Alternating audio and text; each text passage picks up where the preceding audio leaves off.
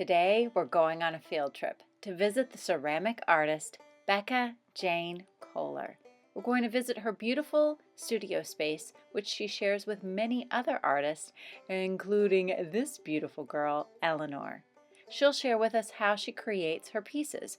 She does that by both throwing them on the wheel and a method called slab rolling. From there, we'll watch as she paints her beautiful designs on her pieces of pottery. Once they're dried, they're fired in the kiln and they have a beautiful glazed shine. But why don't we stop chatting about it and go directly to her studio space and meet Becca Jane and Eleanor themselves. Hi, my name is Becca Jane Koehler, and this is Eleanor, and I'm a potter. Becca Jane creates in what's called a co-op, one that's called the Clay Lady Campus. That means she shares her space and a lot of time the tools that she uses with a lot of other ceramic artists just like herself. Let's find out how she creates these beautiful pots on the potter's wheel. Just kind of throw it on the middle of the wheel, and then get some water going. And I'm going to push down with this hand and push across with this hand to try to get it into the center of the wheel.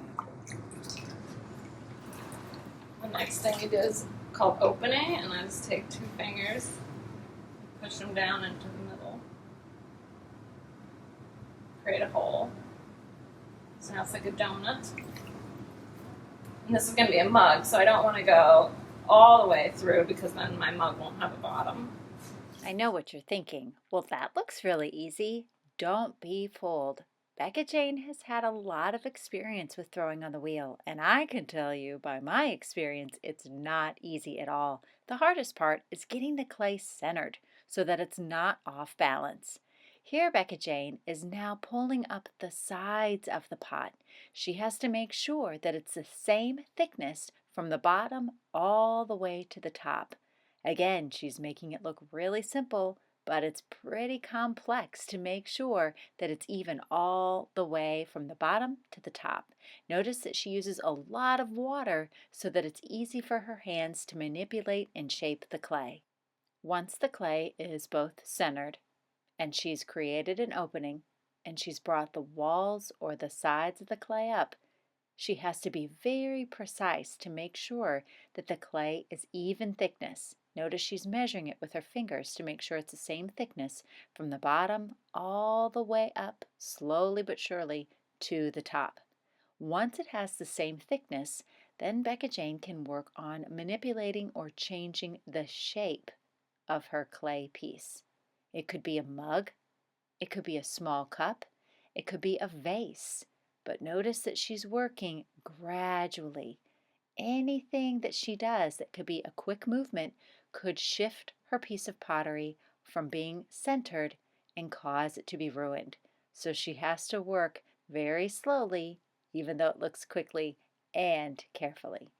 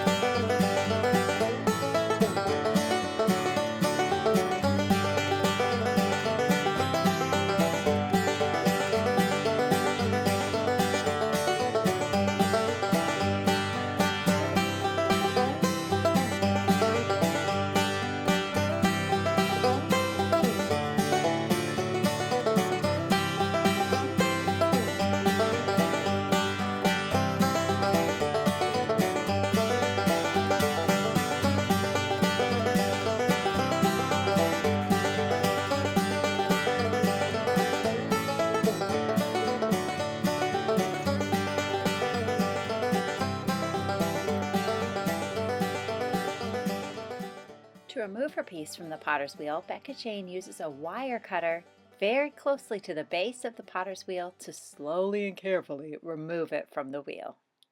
Not all of her pieces are thrown on a potter's wheel, however. Some of them are created on something called a slab roller. What's a slab roller? Well, I'm glad you asked. Take a look at this table. It's not your average table.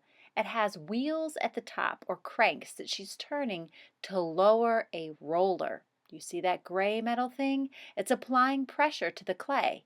If she lowers the rollers, it'll squish the clay even thinner.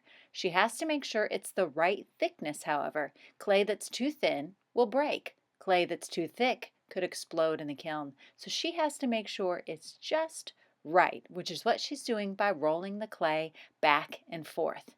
Now let's take a look at what she does with this slab or flattened piece of clay. Put the board on top, try to keep it in the center, and then I wrap the canvas around the board. So that way I'm not bending it, keeping it flat. And then I just peel the canvas away. This just came off the slab roller, so it has like the texture from the canvas on it still.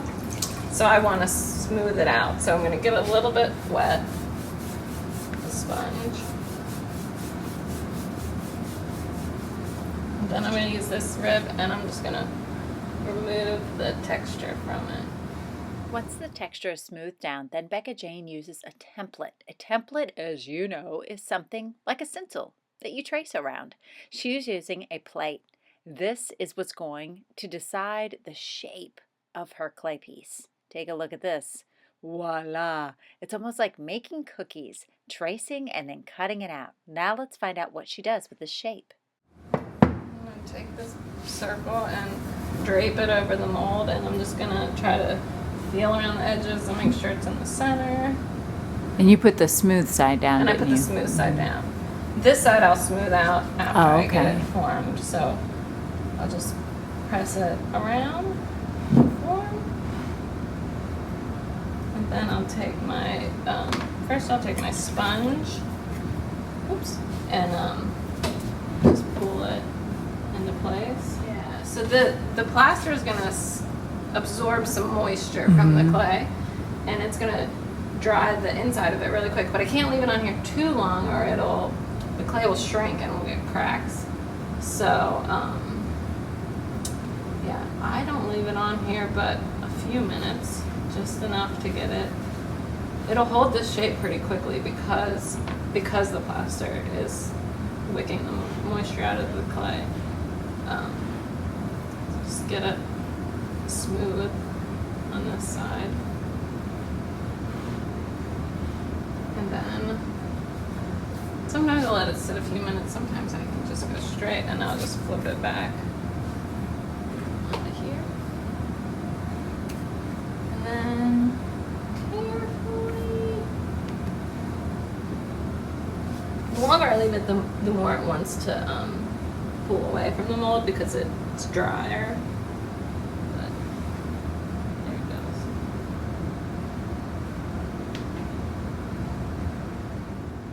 Once her clay pieces have dried just a little bit, Becca Jane uses underglaze and starts to paint her designs on her pieces. Most clay artists will allow their clay to dry, they'll fire it in the kiln, and then they add glaze. But Becca Jane is doing a method called sgraffito.